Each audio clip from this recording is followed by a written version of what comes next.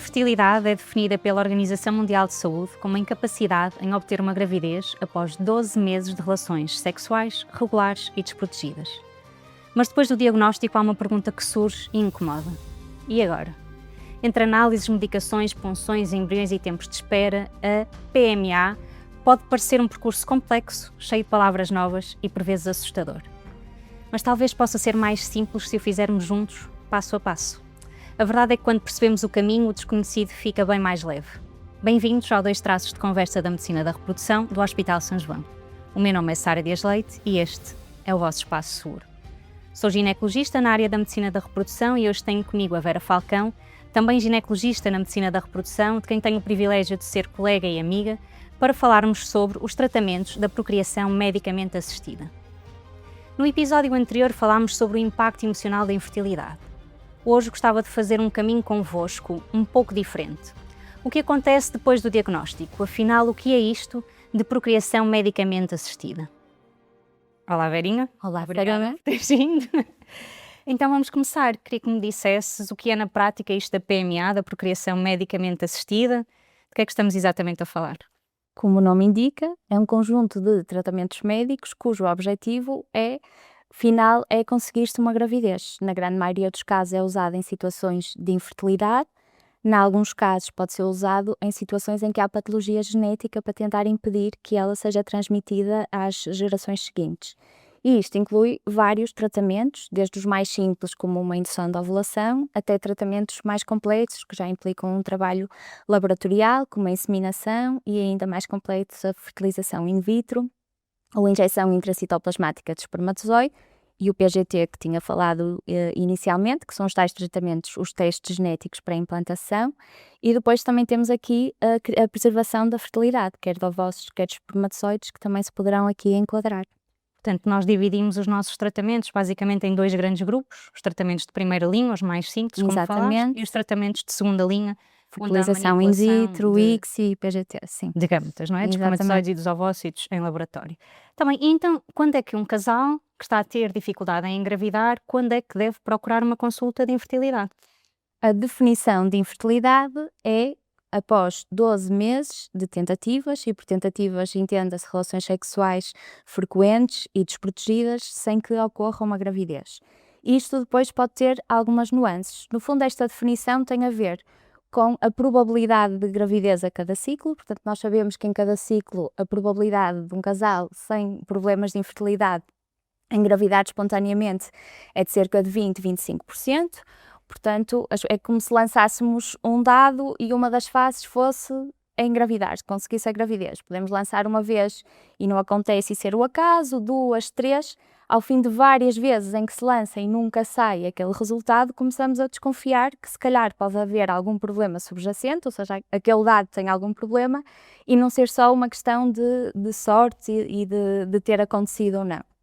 E, portanto, aquilo que está definido é que ao fim de 12 meses, em que a probabilidade cumulativa, ou seja, a probabilidade de ter engravidado em algum daqueles meses até aí, é superior, cerca de 80%, 90%, então aí já começamos a assumir que se calhar existe algum problema de base, que não é só azar, e devemos ir estudar para tentar identificar esse problema e depois tratar de forma dirigida. Em algumas situações, isto pode justificar-se mais cedo, quando já existe alguma suspeita de que possa efetivamente existir um problema de base. Queres-me dar alguns exemplos em que tu aconselharias uma investigação aos 6 meses, por exemplo, ou imediata? Aos 6 meses, por exemplo, se tivermos uma mulher a partir dos 35 anos, porque sabemos que a idade por si só é um fator de infertilidade, e por outro lado porque as probabilidades de sucesso de um tratamento diminuem a partir com a avançada idade materna, e 35 é sim um marco importante nesta área. Ou então, se existirem outros problemas, por exemplo, se a mulher tem uma endometriose, que nós também sabemos que afeta a infertilidade, outras situações em que nós conseguimos identificar logo que há ali um fator que sabemos que com uma baixíssima probabilidade vai acontecer uma gravidez. Por exemplo, uma mulher que não menstrua, que tem uma amenorreia, não vai ter ciclos regulares, não está a ovular, portanto não vale a pena esperar 6 meses porque não está a ovular. Perfeito. Tu disseste há pouco que deste uma justificação do porquê de nós esperarmos 12 meses. É porque, à partida, 80% a 90% dos casais sem infertilidade, sem nenhum problema, irá engravidar. Eu acho que esta é uma noção importante de termos. Portanto, a partir dessa altura, no máximo, acho que é obrigatório os nossos casais começarem a Ao pensar fim de em um procurar ano, no ajuda e não máximo, protelarem exatamente. o pedido. No entanto, muitos dos nossos casais dizem-nos que demoram a dar este primeiro passo de pedir ajuda. Há um momento em que adiar a procura pode fazer diferença? Sim, o tempo faz muita diferença nesta área, principalmente porque a idade da mulher influencia muito a probabilidade de sucesso dos tratamentos. Portanto, quanto mais cedo começarmos, melhor. No entanto, é perfeitamente compreensível que os casais não venham logo ao final daquele timing, muitas vezes por receio do que é que isso vai trazer, é quase que o adiar-se uma situação que sabem que pode causar sofrimento e ter um impacto psicológico grande. Também tenho percepção que às vezes é um bocadinho ao contrário, provavelmente também te acontece, o casal sente que alguma coisa está errada, que devia fazer alguma coisa, mas a envolvente, os conhecidos à volta dizem, não, isso não é nada, espera, é o stress, relaxa, vai de férias que vai acontecer. E, portanto, acho que aí ainda há mais frustração quando chegam à consulta e sentem que esperaram tanto tempo e que realmente havia ali algum fator de infertilidade, ficam frustrados por terem dado ouvidos a isso e não terem confiado nos seus instintos e tratarem logo de marcar uma consulta e de investigar.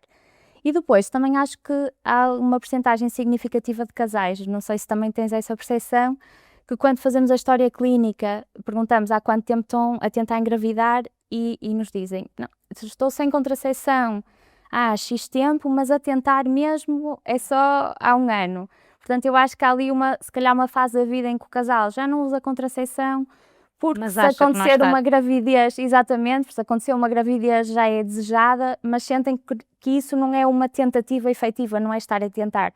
Mas na realidade, se as relações sexuais forem frequentes e desprotegidas, já conta como o tempo em que tentaram, no fundo. Também me acontece o inverso, ter casais que acham que precisam de ajuda e os médicos assistentes acharem que ainda é muito cedo para procurar ajuda. Portanto, acho que esta é uma informação importante, quer para os casais, quer para os médicos, nomeadamente os médicos de família. Eu acho que a palavra, os tratamentos de infertilidade, a própria FIV, continua a assustar muitos casais. Tu consegues identificar um medo comum nas primeiras consultas relativamente a estes tratamentos? Sei que esta é uma pergunta um bocadinho desafiante. Então, eu acho que aquele que é mais vezes verbalizado, mas não me parece que seja esse o real medo e a real questão são as injeções. Quando começamos a explicar o tratamento, sempre, pois, esse é o das injeções, não é? E faz ali o marco das injeções. Mas eu acho que não é pelas injeções em si, acho que é por tudo o que elas representam, toda a rotina que vai estar alterada para fazerem a medicação, o impacto psicológico do tratamento que imaginam que vão ter e depois o saberem que podem estar a passar por tudo isso, as injeções e o sofrimento que isso representa e depois no fim não terem o resultado desejado. As injeções aqui há uns tempos estavam muito também associadas ao receio do preço da medicação, também sentia que era assim uma questão. Em muitos casais, atualmente, felizmente, com a comparticipação muito superior, aumentou muito exatamente, recentemente. já não é tanto uma questão. Mas acho que, no fundo, as injeções seriam a Representam o palavra que tratamento, não é? representam o tratamento e Acho são que assim aquele nunca medo tinha que pensado nisso, não, mas mas é faz assim, sentido. será? Sim. Mas eu tenho de fazer a mim própria, eu Sim. venho aqui fazer, acho que Sim, no sim. início é assim aquele Perguntam mito todos, sim. principal, mas que no fundo representa tudo o que isso inclui. A dificuldade em engravidar é então somente o ponto de partida. O passo seguinte é perceber o porquê. E apesar de nem sempre encontrarmos todas as respostas, há um caminho de investigação que nos ajuda a compreender melhor cada casal e o motivo da sua infertilidade para depois conseguirmos individualizar aquilo que estamos a oferecer. Quem faz habitualmente o diagnóstico inicial de infertilidade?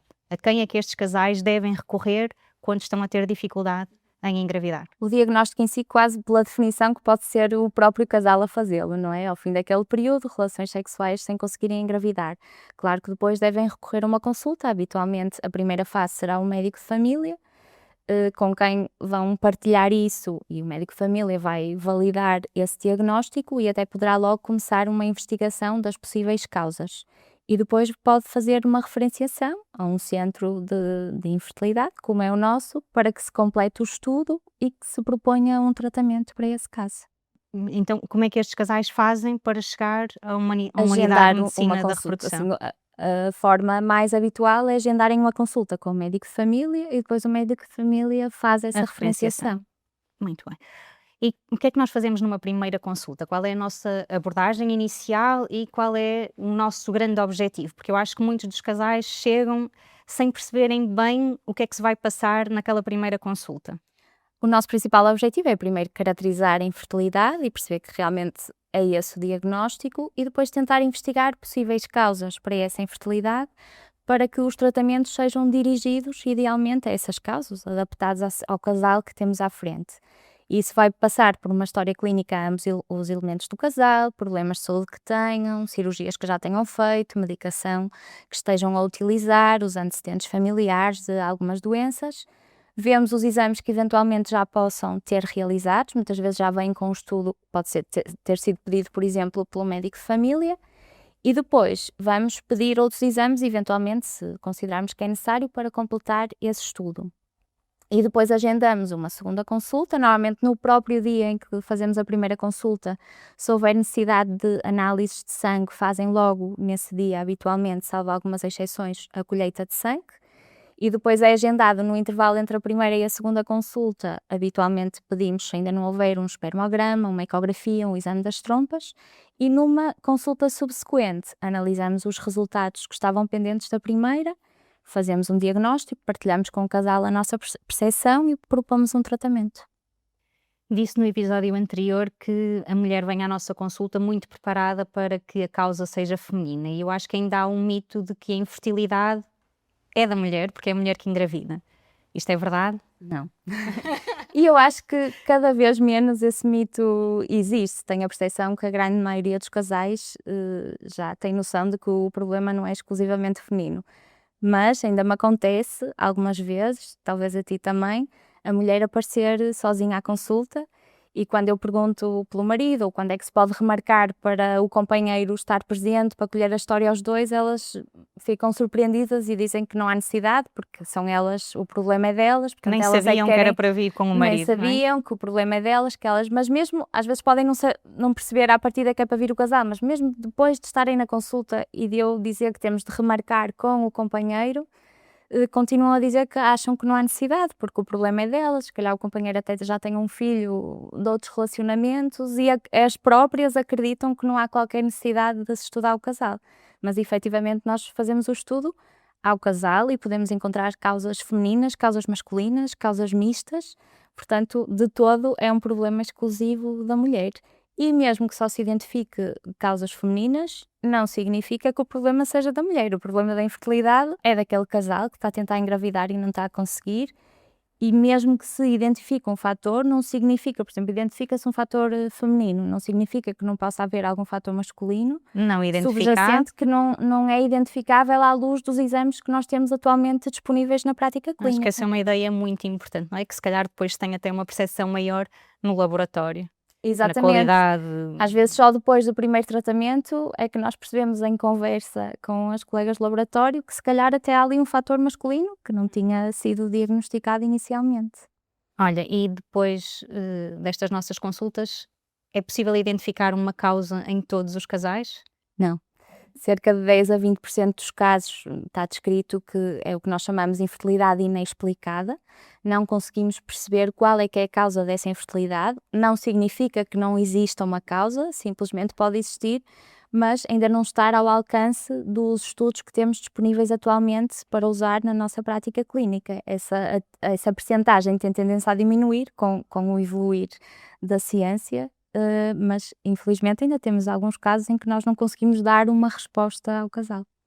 A minha percepção é que os casais a quem nós não identificamos uma causa ficam frustrados e os a quem identificamos uma causa também não gostam muito que tenhamos chegado a uma conclusão, porque parece que traz um peso associado maior. O que é que tu achas disso? Acontece-te?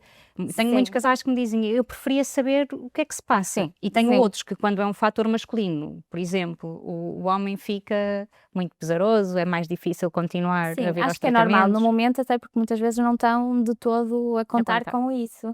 E portanto, quando damos a notícia naquele momento, se calhar perturba um bocadinho, mas talvez a médio e longo prazo seja mais fácil para o casal perceber que aquilo está a acontecer porque se identificou determinada causa.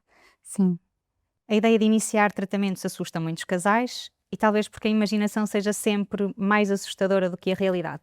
Por isso eu gostava que nós fizéssemos juntas aquilo que fazemos habitualmente nas nossas consultas, portanto explicar passo a passo como é que nós fazemos este caminho. Primeira pergunta, dando um passinho atrás, achas que aquilo que os casais imaginam sobre os tratamentos de PMA corresponde normalmente à realidade? Ou há mais fantasia, mais medos associados? Acho que muitos casais já estão muito bem informados sobre aquilo que são os E tratamentos. porquê é que achas que isso acontece? Não nos Acho vem que essa informação? muitas vezes porque já conhecem outras pessoas que já passaram por tratamentos e mesmo quando Achas não que é se o fala caso, mais disto agora? nem sempre, mas acho que é muito frequente ter casais em consultas que dizem: pois eu sei, conheço alguém que já passou por isso e até descrevem os passos todos que foram feitos. E mesmo quando não é esse o caso, também há informação disponível e as pessoas já acho que se interessam e que vão pesquisar e que já chegam com muita informação à consulta. E tu já me falaste um bocadinho de quais são os principais tratamentos usados para a infertilidade, não sei se me queres especificar, nomeadamente os de segunda linha, diferenciá-los um bocadinho, dizer o que é que nós aconselhamos a cada casal de acordo com Sim, causas mais frequentes sim, e no taxas de geral, sucesso. sim, no geral nós tentamos, vai-me orientando se eu me esquecer de Sim, alguma sim. coisa. Nós tentamos sempre, obviamente, adaptar o tratamento a cada situação, depois de fazermos o estudo. Situações de indução da ovulação, ainda não estou na segunda linha, serão para situações em que identificamos um fator ovulatório na mulher, em que o Então objetivo explica o que é um fator ovulatório. é uma mulher que não está a ovular e por Ou isso seja, o isso vai se óvulo não se traduzir, liberta e, portanto, não há possibilidade de haver fertilização porque não há ou seja, libertação do mulheres que não ovócito. menstruam, à partida, não engravidam. E, Exatamente. portanto, acho que esta é uma primeira ideia importante, que há muitas mulheres que estão meio ano sem menstruar, mas acham que estão a tentar durante esse meio ano. Portanto, à partida, não menstruam, não ovulam, não há gravidez. Nem quando, agora lembrei-me agora de um caso que é relativamente frequente, de mulheres que têm a menorreia e que A fazem menorreia é a ausência da ausência de menstruação. menstruação e que fazem prostativo cíclico, que tem indicação para menstruarem e é uma forma de se proteger o endométrio e que acham que estão a tentar engravidar, mas aquela menstruação não é uma verdadeira menstruação que resulta de uma ovulação. É uma menstruação que resulta da Ou medicação seja, que nós se pomos fez. com medicação a parte de dentro do útero, que se chama endométrio, a forra do útero, a descamar, Exatamente. propositadamente para proteger o endométrio, esse tecido, para ele não proliferar desenfreadamente, mas isso não é uma menstruação, ou seja, isso não foi, essa perda de sangue não foi comandada Exatamente. pelo ovário. O que nós fazemos para isso acontecer é darmos uma hormona que seria produzida pelo corpo amarelo que resulta da ovulação, mas que na verdade não existe nesses casos. Sim. E então, depois, falaste-me da emoção da ovulação, que fazemos muito, por exemplo, nos casos em que as mulheres não estão a menstruar, como o síndrome do Exatamente. ovário poliquístico. Que agora tem outro nome, mas Sim. também ainda não sei qual. Sim. Depois temos a inseminação intrauterina, em que, portanto, só voltando um bocadinho atrás, na indução da ovulação, depois implica que na altura em que nós sabemos que vai acontecer a ovulação, o casal tenha relações sexuais programadas pelaquela altura. A inseminação intrauterina também implica uma indução da ovulação, que habitualmente fazemos com injeções, sendo que quando é uma indução da ovulação pura, sem mais nada, também poderá ser com comprimidos. E que depois, na altura da ovulação, em vez de haver uma relação sexual programada, o homem faz uma colheita de esperma, que é preparada em laboratório e que nós vamos inseminar, ou seja, colocar diretamente dentro do útero da mulher. No fundo, é encurtar o percurso que os espermatozoides terão de fazer para se encontrarem com o ovócito. Portanto, desculpa, para resumir, os tratamentos mais simples, indução da ovulação, inseminação intrauterina, em que nós o que fazemos é garantir pela medicação que damos, que a mulher vai ovular, coisa que não acontece todos os meses na maioria destes casos. Ovula, no momento da ovulação, há relação sexual desprotegida na indução da ovulação. na indução, ou então a introdução de uma amostra espermática dentro do útero, Exatamente. na inseminação intrauterina. Que estas duas estratégias hão de ter uma eficácia semelhante a uma concepção espontânea.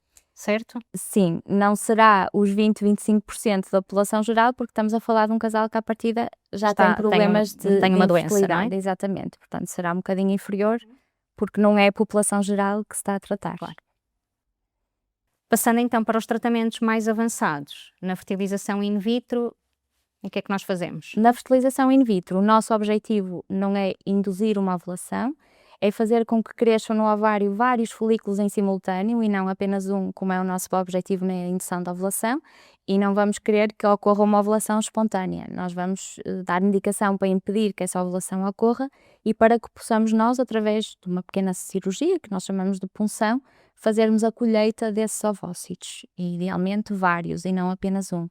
No dia em que se faz essa colheita dos ovócitos, o homem faz também uma colheita de esperma e vai-se fazer a fertilização, lá está, in vitro, ou seja, no laboratório e não no corpo da mulher, para que se criem os embriões, que depois, idealmente um de cada vez, será colocado de volta no útero da mulher, para tentarmos que ocorra uma gravidez. Portanto, nos tratamentos mais simples, nós não vamos produzir embriões em laboratório, não é? O que nós vamos fazer é basicamente simular um ciclo natural de uma mulher, Exatamente. em que ela ovula e em que há espermatozoides dentro do útero no período da ovulação, no período fértil.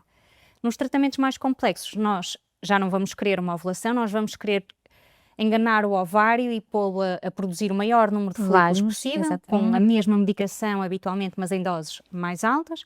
E no momento em que acharmos que temos ovócitos maduros dentro dos ovários, nós vamos colhê-los para os pôr em laboratório e fazer a fecundação em laboratório para produzir embriões que depois vão ficar a crescer e quando se tiverem qualidade, vão ser transferidos um a um para dentro do útero da mulher e é este processo nós chamamos esta fase final da transferência embrionária.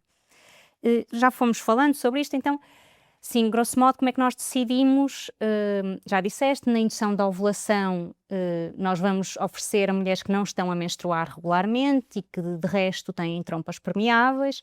Quando é que nós vamos oferecer ou quando é que nós vamos achar que o melhor tratamento são os tratamentos mais avançados, os tratamentos de segunda linha? Quando é que tu decides uma fertilização in vitro? Habitualmente, se tivermos um fator masculino importante, se a mulher tiver alguma obstrução das trompas, serão assim as principais indicações.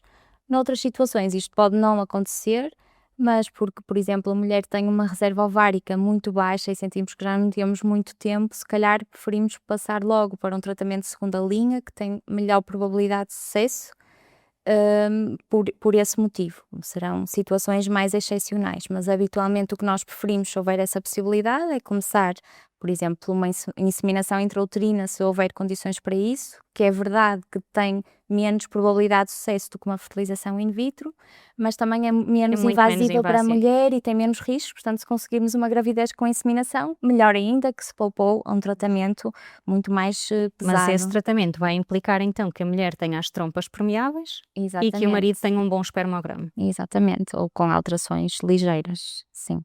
Portanto, em contraponto, uma mulher que tem trompas obstruídas ou uma alteração grande do espermograma, vamos oferecer a fertilização in vitro, que tu há pouco falaste de uma diferença na fertilização in vitro, que há a convencional e há exatamente, que nós oferecemos habitualmente. A injeção, então depois haverá quem saberá falar disso muito melhor do que eu. Normalmente até é uma decisão que parte mais do laboratório mediante a qualidade do esperma da colheita desse dia, mas aí quando há um fator masculino mais grave, então faz-se diretamente a injeção do espermatozoide dentro do ovócito. Portanto, nós acho que somos mais eficazes em resolver as causas masculinas do que as femininas, assim, numa generalidade, não é? Sim, sim. Queres-me falar um bocadinho de taxas de sucesso? Falaste da inseminação intrauterina em relação à FIV/ICSI. Nós conseguimos taxas de sucesso mais altas, embora muito variáveis. Exatamente. Sim, é variável e aqui lá está, estamos a falar da população com infertilidade que fez tratamento connosco naquele ano. Neste caso, por exemplo, na taxa de 2025, vou confirmar aqui, as nossas taxas de 2025, juntando tudo, FIV, FIV-ICSI e ICSI, ronda os 30% na transferência a fresco, e quando nós falamos desta percentagem é de gravidez clínica. O que é que se entende por gravidez clínica?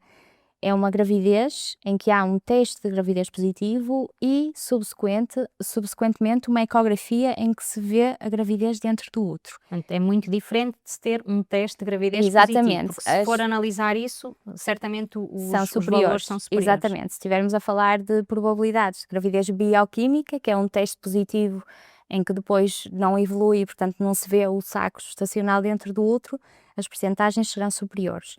E outra coisa a ter em conta na interpretação é que esta percentagem é por transferência ar fresco. E sabemos que de um ciclo poderão resultar outros embriões que ficam congelados. Nosso grande objetivo, não é? Exatamente, e que depois podem ser congelados para serem usados posteriormente, e pode-se fazer um novo ciclo no SNS até 3, e portanto se falarmos de probabilidade cumulativa, que é a probabilidade de engravidar em algum destes ciclos antes, não necessariamente no primeiro, é superior.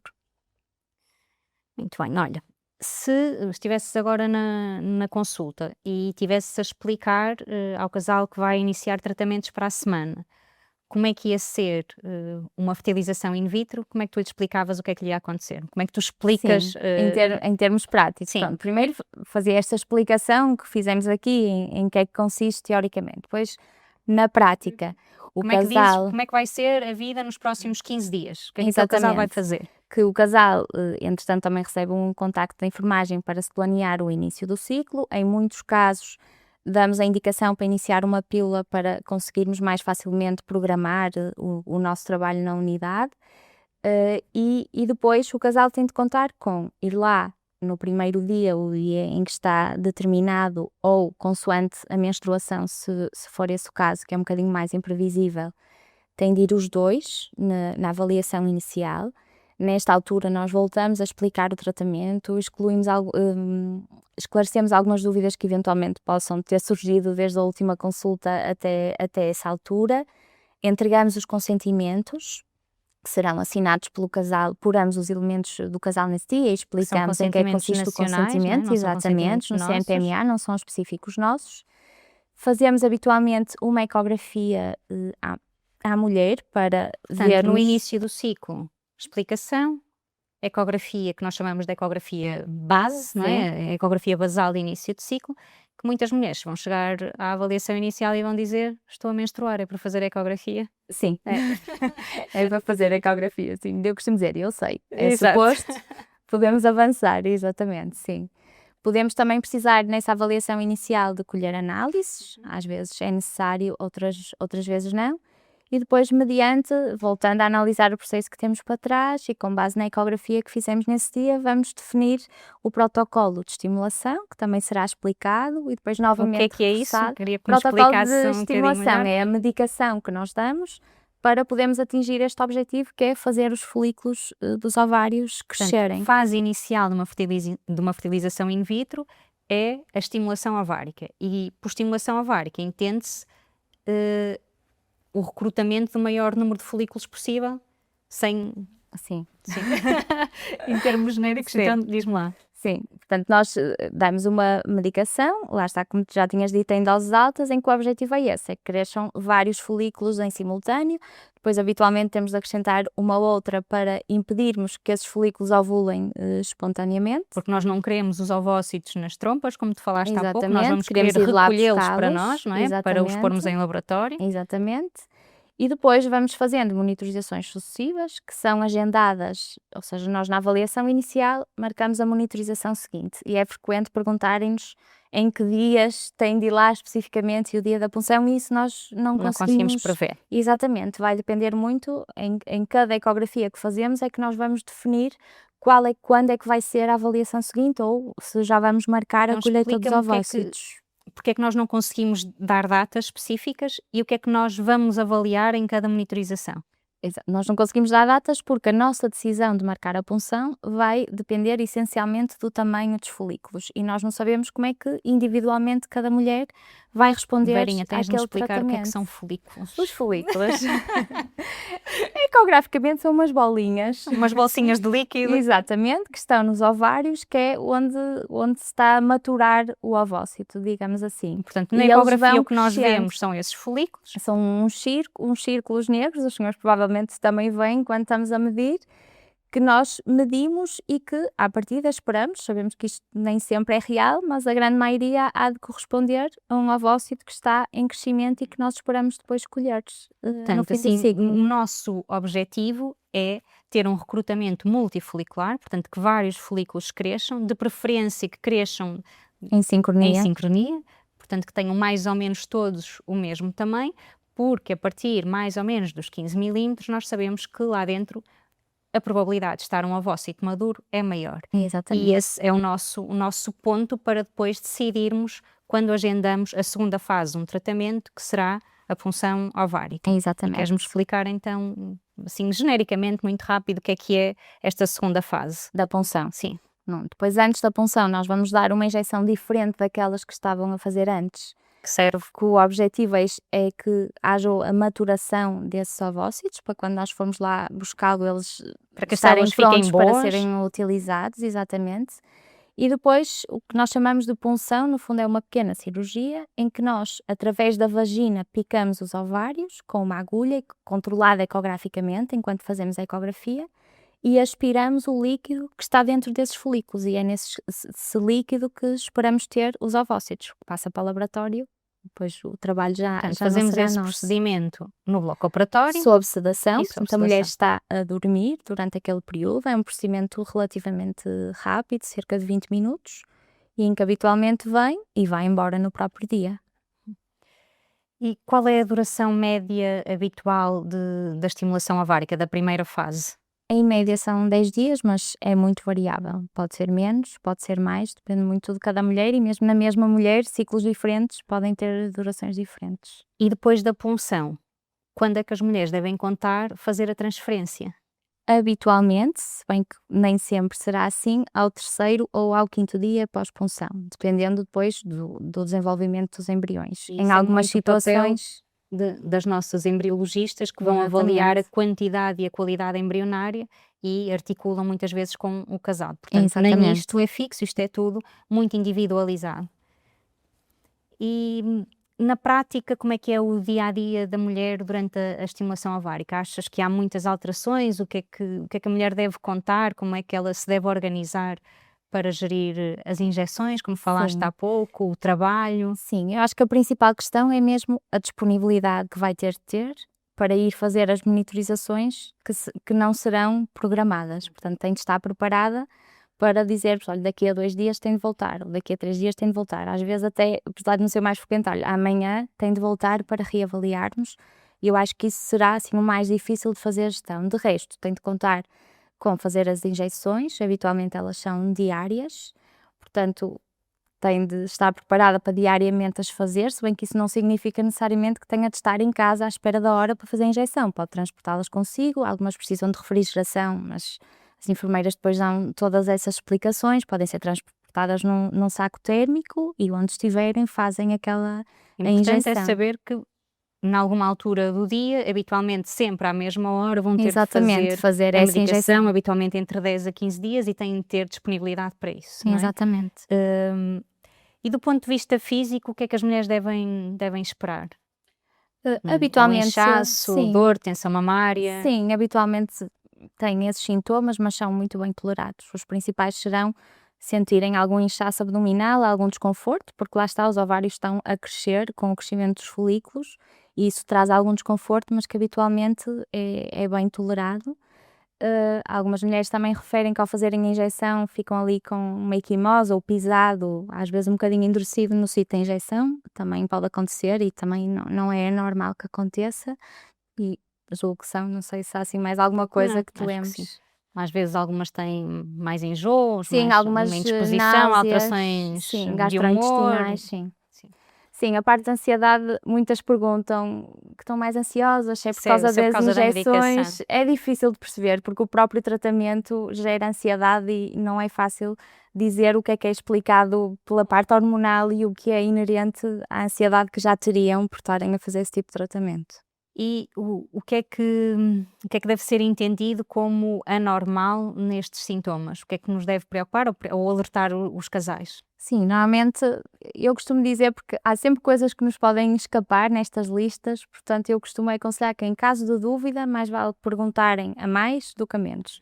Mas assim no geral, se é uma dor muito forte, que não passa com um Benuron, se têm falta de ar, se estão a urinar menos do que seria habitual, ou se esta distensão abdominal, ou seja, a barriga mais inchada, não é uma coisa progressiva, mas notam realmente uma diferença muito grande, é sempre melhor falarem connosco e avaliarmos. Ou qualquer outra coisa que acham, e acho que fazem isso no geral, alguma coisa que acham que possa não ser normal, mais vale perguntar e não ser nada do que não perguntar e ser. Podem Sim. perguntar à vontade, não é? Podem Não ter perguntar à vergonha de vontade, fazer sim. as perguntas. Há pouco estávamos a falar das fases, das diferentes fases do tratamento, nomeadamente de uma FIV, portanto, estimulação, punção e transferência, mas há algumas situações que tu também já estavas a ir buscá-las agora com os sintomas que nos Sim. preocupam, em que nós achamos que é melhor protelar esta transferência do embrião. Queres-me explicar um bocadinho em que situações é que nós achamos melhor ou em que não podemos fazer uma transferência embrionária naquele ciclo que nós chamamos uma transferência de embrião a fresco? Uhum. Existem algumas que já está planeada a partida que não se vai fazer, que é quando vamos fazer o teste genético aos embriões. E já sabemos, e o casal já está a contar, que os embriões serão congelados e só após o resultado do teste é que se faz a transferência. Nas Tens outras, mais ou menos uma ideia de quanto tempo aí é que os casais vão esperar pela transferência? Que acho que é cerca uma pergunta que de nos fazem 4 muitas meses, vezes. sim, cerca de 4 meses, que é o tempo de recebermos o resultado e depois de se entrar em contacto, comunicar o resultado e agendar a transferência. Portanto, no Depois, teste genético aos embriões, o PGT, sim, aí necessariamente a protelamos a transferência transferência. será de um embrião congelado. Depois, podemos ter situações em que à partida até contaríamos com fazer uma transferência a fresco, mas depois, com o decorrer do ciclo, percebemos que isso não poderá acontecer. Aquela que já estávamos a adiantar através dos sintomas é o risco de síndrome de hiperestimulação ovárica, ou seja, quando os ovários respondem demasiado, quando crescem muitos folículos e temos muitos ovócitos, as alterações hormonais são proporcionalmente maiores e, portanto, o risco de síndrome de hiperestimulação ovárica é maior e nós queremos evitar.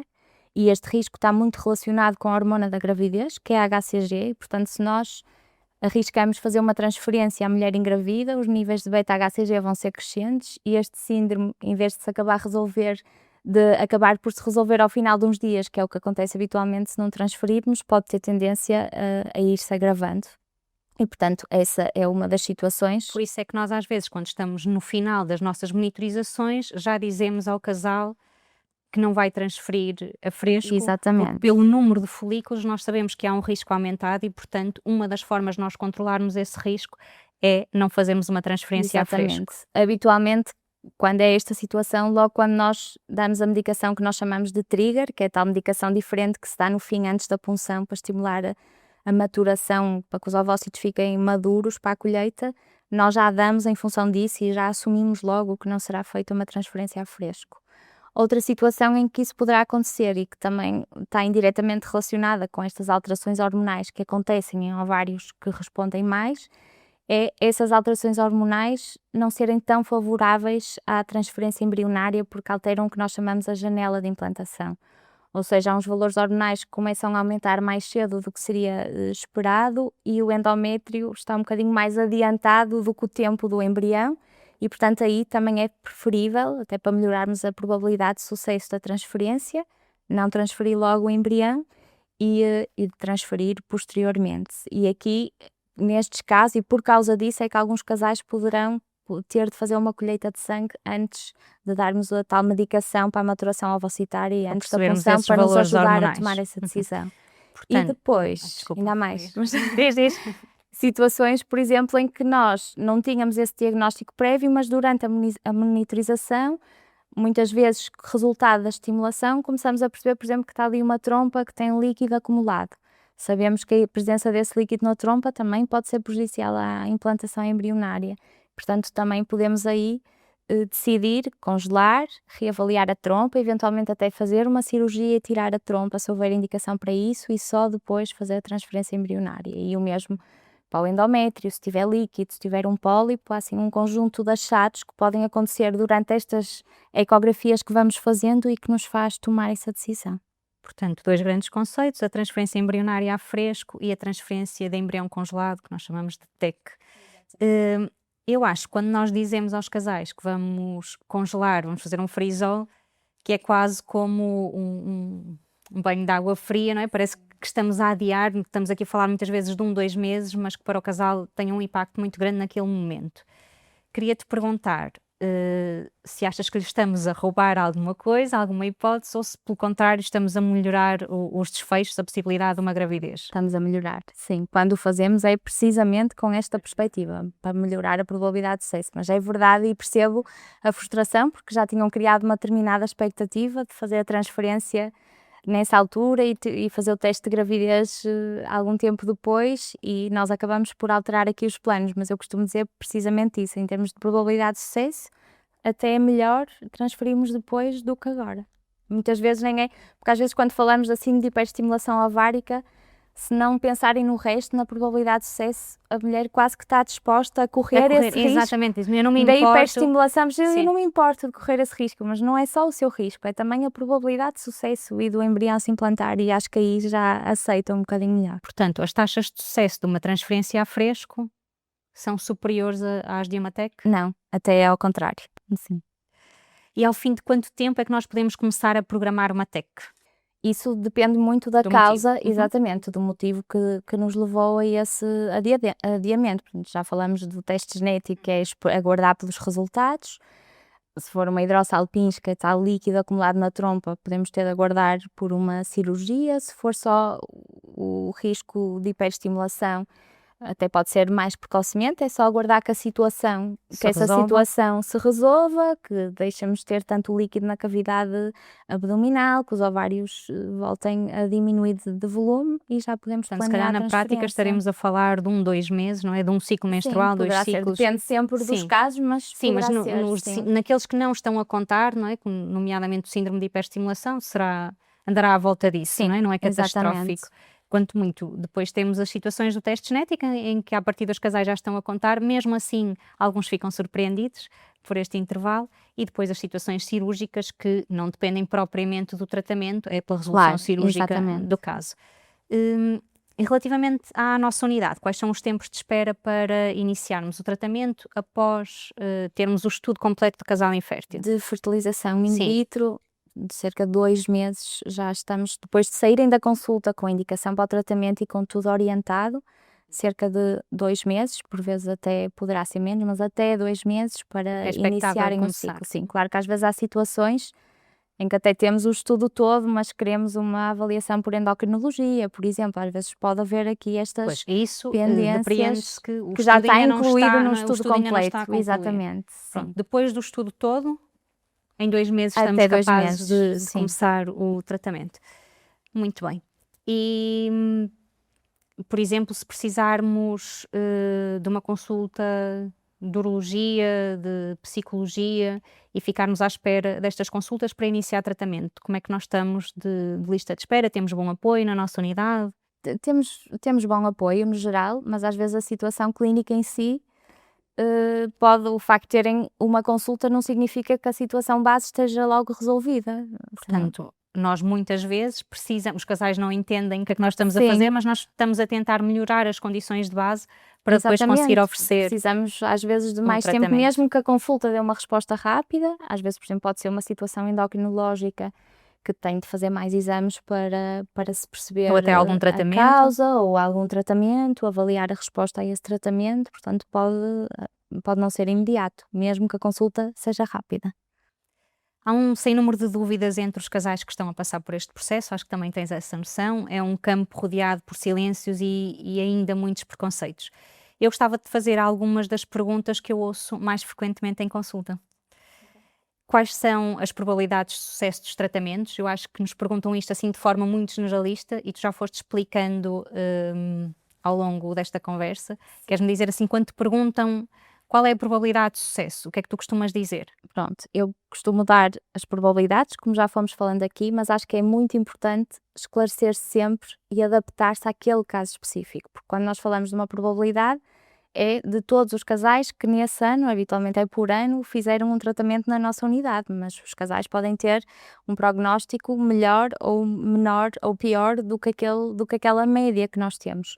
E, portanto, acho que é muito importante ajustar as expectativas a isso, dizer a nossa taxa é esta, mas no vosso caso específico, às vezes até ao contrário, se calhar o prognóstico até poderá ser um bocadinho melhor e noutros casos o prognóstico é muito mais reservado e acho que em cada caso é importante fazermos esse ajuste para que o próprio casal ajuste as suas expectativas. No Sistema Nacional de Saúde, até que idade é possível oferecer uma técnica mais avançada, as técnicas de segunda linha? O limite da idade é para a mulher e são os 40 anos. Portanto, a colheita dos ovócitos pode ser feita até um dia antes da mulher completar 40 anos. Quantas tentativas são permitidas e o que é para nós uma tentativa? Até 3 tentativas, sendo que cada tentativa é cada fertilização in vitro, cada colheita de ovócitos. E se de um ciclo resultam outros embriões que são congelados, eles depois poderão ser transferidos sem que contem como outras tentativas. Portanto, uma tentativa será uma punção ovárica, não é? Exatamente. E são até 3 e não necessariamente 3, no sentido em que se o casal engravidar na primeira tentativa ou na segunda, já não vai completar as 3 porque já se obteve uma gravidez. E pode-se continuar a trabalhar normalmente durante um dos nossos tratamentos? Habitualmente sim, exceto para essa questão de terem ter disponibilidade, alguma flexibilidade para conseguirem vir às monitorizações para fazermos a ecografia e para isso terão uma justificação de falta, mas habitualmente é perfeitamente compatível com manterem o trabalho. É possível escolher ter gêmeos? Não. Porquê? O casal pode decidir no consentimento o número máximo de embriões que aceita transferir quando vai fazer uma fertilização in vitro. Oh, Verinha, mas olha uma coisa, se pode ali num tratamento ter logo 2 filhos, porque é que nós não deixamos? Nós não queremos, porque nós sabemos que uma gravidez de gêmeos tem maior risco de complicações. E se nós pensarmos, é verdade que transferir 2 embriões, para além de ter maior probabilidade de gêmeos, até tem maior probabilidade de gravidez, porque aumenta a probabilidade de pelo menos um desses 2 se implantar, mas também aumenta a probabilidade de gêmeos, que até pode parecer giro do ponto de vista social, mas medicamente nós sabemos que tem mais riscos associados. E riscos muito importantes, Riscos não é? grandes, assim, aquele mais falado e que toda a gente conhece é o risco de prematuridade, mas prematuridade não é só nascer antes do tempo e ficar algum tempo internado na neonatologia. Pode trazer problemas de saúde a longo prazo para as crianças e problemas de saúde graves e também para a mãe existem riscos. E, portanto, é diferente nós falarmos em probabilidade de gravidez ou probabilidade de recém-nascido saudável. E o nosso objetivo final não é que a mulher engravide, é que a mulher engravide e depois daí resulta um recém-nascido que nasce na altura em que é suposto e que nasce sem problemas de saúde. E, portanto, para isso temos de tentar evitar que sejam gêmeos. Muito bem. O que é que acontece aos embriões que sobram de um tratamento? Os embriões excedentários? Mas aqueles que já no fim do período... Então, quero que me expliques isso tudo. Portanto, nós fazemos um tratamento e o que é que acontece? Imagina, fazemos um tratamento e transferimos a fresco e a mulher engravida e tem mais 4 embriões criopreservados, uma mulher de sorte. Muito otimista. Sim. Pronto. Se isso acontecer, esses embriões ficam congelados durante um período de 3 anos, como está definido depois no consentimento que os casais assinam e com o qual ficam, por caso de terem dúvidas, podem sempre consultar. Durante esse período poderão utilizar. Eventualmente poderá considerar-se prolongar este período por mais de 3 anos, definido caso a caso e carece sempre de uma autorização do centro.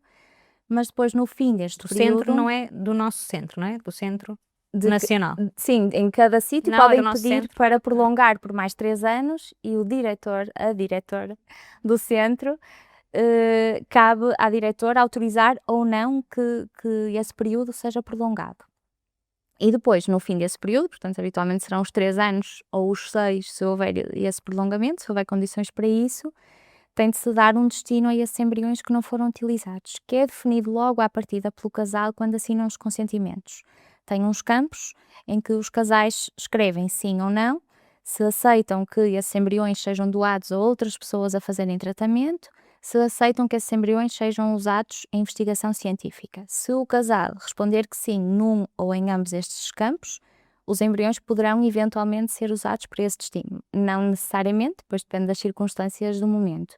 Se responderem que não nos 2 campos, no fim deste período, os embriões acabam por ser descartados, são descongelados e acabam por degenerar, não são utilizados. Exatamente.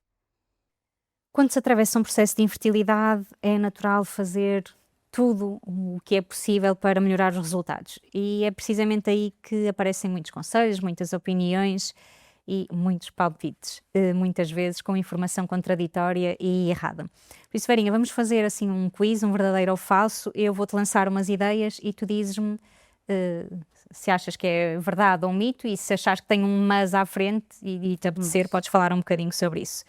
Então vamos lá, o stress e a ansiedade diminuem as probabilidades de sucesso dos tratamentos. Isto é mito, mas não, não, é falso. Não há evidência de que o facto do casal ter níveis de ansiedade mais elevados vá prejudicar o desfecho ou influenciar a probabilidade da gravidez, mas é claro, isso nós vemos no nosso dia-a-dia, que existe uma associação entre a infertilidade e a ansiedade, mas não, se calhar é no sentido inverso, ou seja, o facto de terem um diagnóstico de infertilidade e de estarem a passar pelos tratamentos motiva e causa ansiedade, e não a ansiedade a causar infertilidade e menor probabilidade de sucesso nos tratamentos. Pelo que parece também, o facto de nós darmos as hormonas exógenas, não é, de fora, conseguimos controlar o eixo e retiramos o stress da equação, na influência que tem no eixo. E, portanto, conseguimos, os tratamentos conseguem ter sucesso apesar do stress e da ansiedade associados. Se fizer repouso absoluto depois da transferência embrionária, tenho mais hipóteses de engravidar. Falso. Muito falso? Sim, muito Totalmente falso. Sim. Não há evidência de que isso influencia a probabilidade de implantação. E acho que é importante que se diga, portanto, nós não impomos que a pessoa se vá mexer, que vá caminhar, mas se me perguntarem, olha, mas eu prefiro estar mais tranquila, e este dia às vezes até a dizerem o que vão fazer ou o que não vão, prefiro hoje ter assim um dia mais tranquilo, tudo bem, é perfeitamente lícito que a pessoa está ali com uma carga emocional muito grande, que queira ter uma vida mais tranquila, mas é importante que se explique que não é isso que vai influenciar, só para, no caso de alguma coisa não correr bem, sabemos que nem sempre corre bem, a mulher não ficar com a carga de ter achado que foi por subir as escadas, que foi por pegar no filho ao colo, que isso não resultou. Portanto, acho que é importante que se diga isso, respeitando que se a pessoa quiser fazer algum repouso também não vamos impedir, mas que não seja para influenciar ou não a taxa de gravidez. Podem perfeitamente caminhar, ir àquela festa que já tinham planeado ir, eu costumo dizer, quando me perguntam, faça aquilo que a deixar mais tranquila nesta fase, que achar que a deixa mais feliz.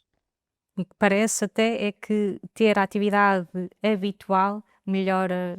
Sim, a maioria dos estudos não mostra diferença.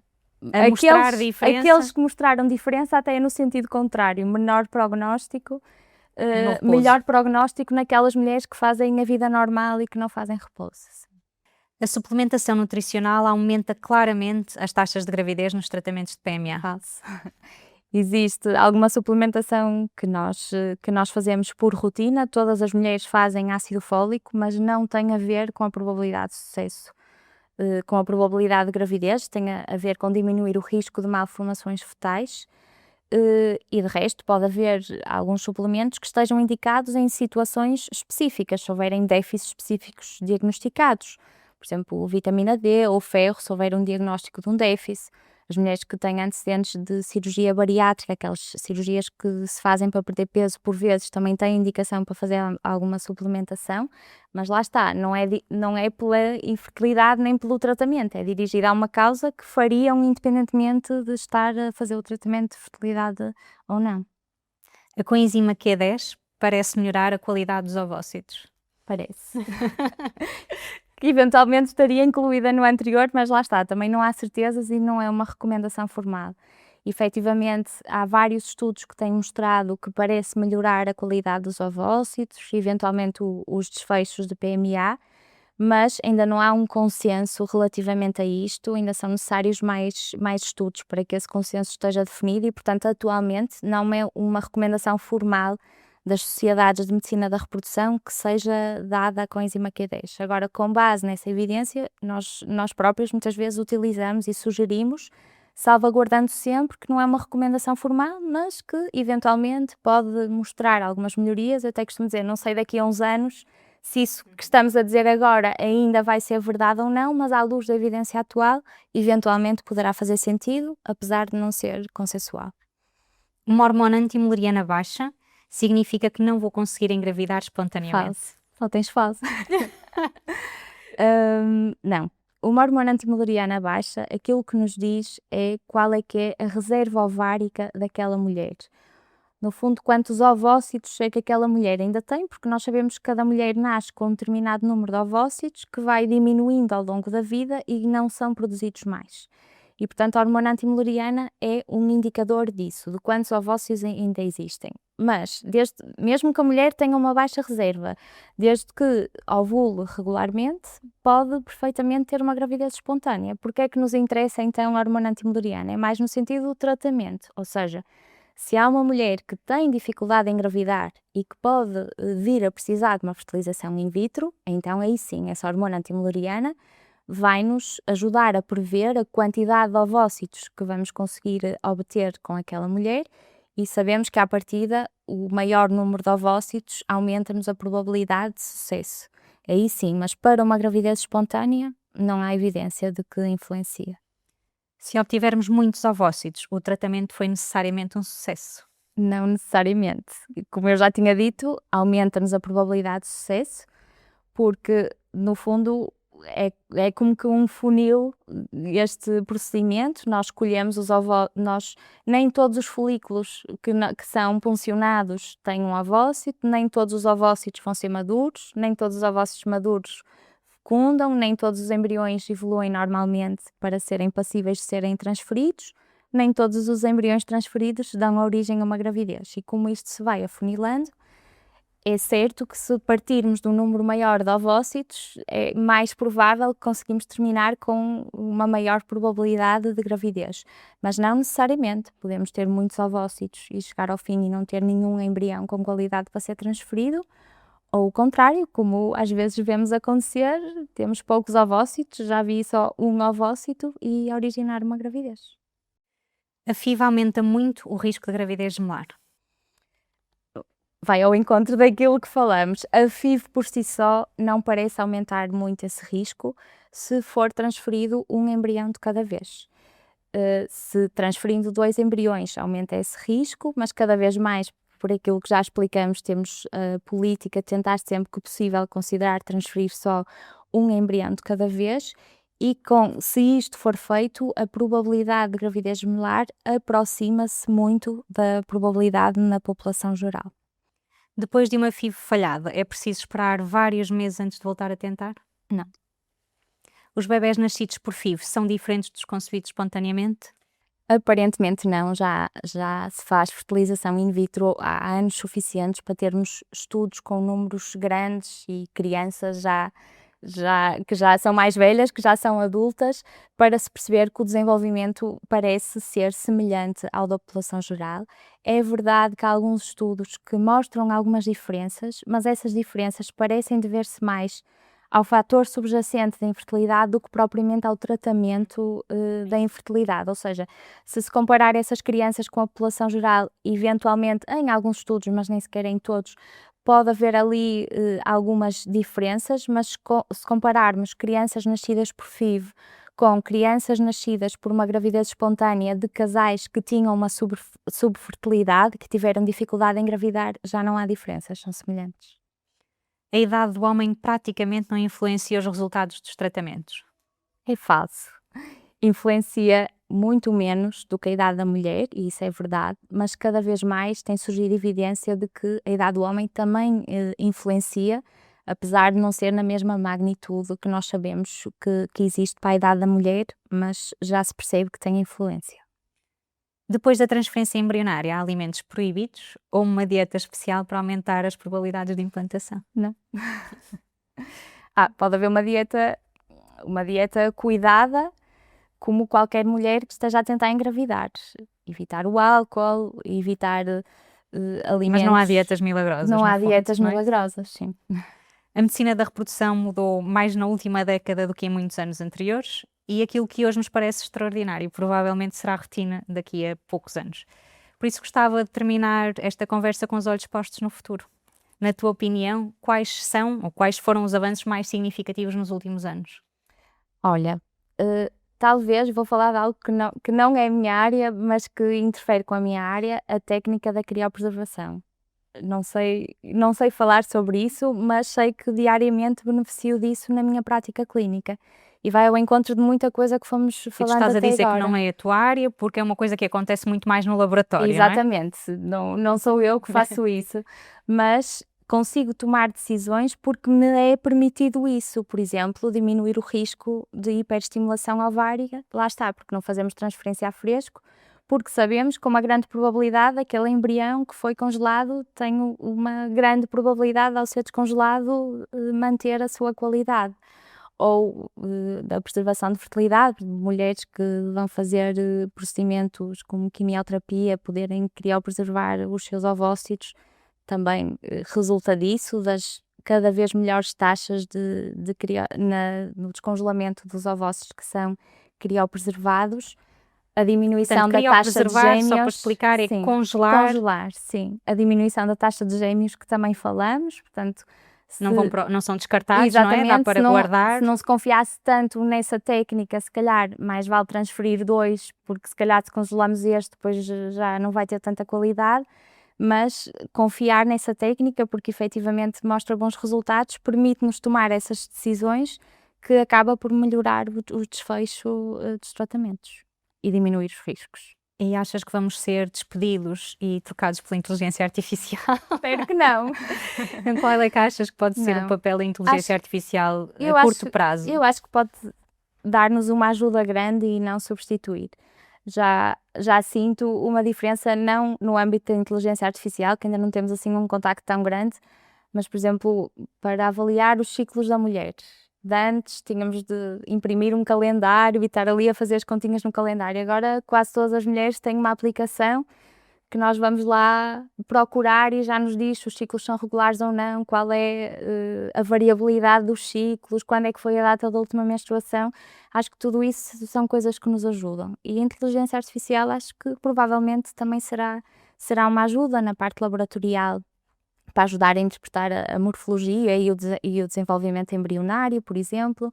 Também já se fala na contagem dos folículos antrais e na avaliação das suas dimensões, se permitir que seja um exame mais rápido, vai Portanto, acabar na por parte ser da mais monitorização, cómodo. não é? Sim, na parte da monitorização da mulher, na própria decisão adaptada a cada caso, ou seja, pormos ali os dados todos e nos ajudar a definir um protocolo mais específico para aquele casal. Acho que não nos vai substituir, mas que poderá ser uma boa ajuda. Olha, sei que este é um campo especial para ti. A preservação da fertilidade, nomeadamente a preservação social da fertilidade, está a crescer. Achas que isto vai mudar a forma como nós olhamos para a idade da mulher? Eu espero que não, porque a verdade é ótimo que exista essa possibilidade, porque permite efetivamente mais autonomia a uma mulher que não quer ou não pode Em determinado planear, momento. exatamente, em determinado momento planear a maternidade e pensar isso a médio e longo prazo, poder ter essa salvaguarda, mas a idade da mulher continua a ter um impacto, ou seja, gravidezes é diferente uma mulher engravidar aos 40 ou aos 45 anos com ovócitos criopreservados, mesmo que tenham sido criopreservados aos 30, porque existem, independentemente dos ovócitos terem sido congelados aos 40 anos, temos ali uma grávida que é mais velha e há riscos associados à gravidez que não são ultrapassáveis por serem utilizados ovócitos colhidos em idades mais precoces. Portanto, acho ótimo que exista essa possibilidade, mas acho que é importante que se compreenda que a idade continua